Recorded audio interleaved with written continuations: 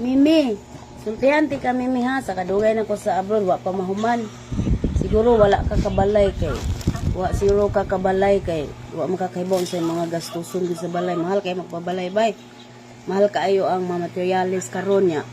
Layo kaayo mi sa kalsada. Magbayad pa kog maghakot. Ang akong bills bay kada bulan. Internet na ko 2,000 kapin.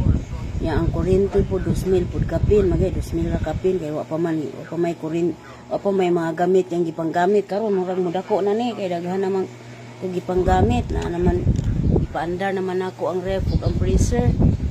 Maligya tag ice ani.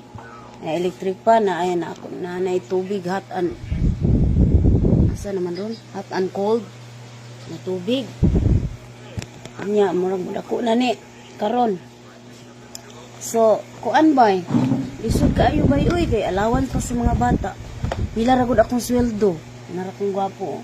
Matso na dako na kayong tao. Buyag. Kuan ka nang pila ra akong sweldo bay? 24 ra ba akong sweldo bay? 24,000. Naan ninyo. Nya. Kanang ang bills allowance sa mga bata kada semana. Pila akong allowance nila. Nya. Kandudong kukob sudan ra bi iyaha. May nalamang mahal man po ng sudan. Bugas, ako ang bugas. Mga groceries, ako pila na, binadget. Napay tayo mga utang ba, magbayad pa ta sa luti.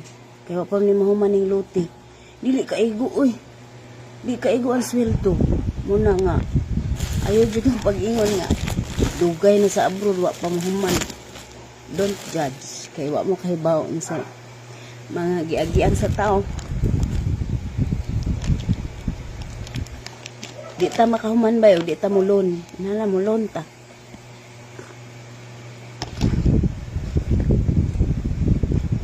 Ni gayud kaayo mga bayronon basta naas unsa?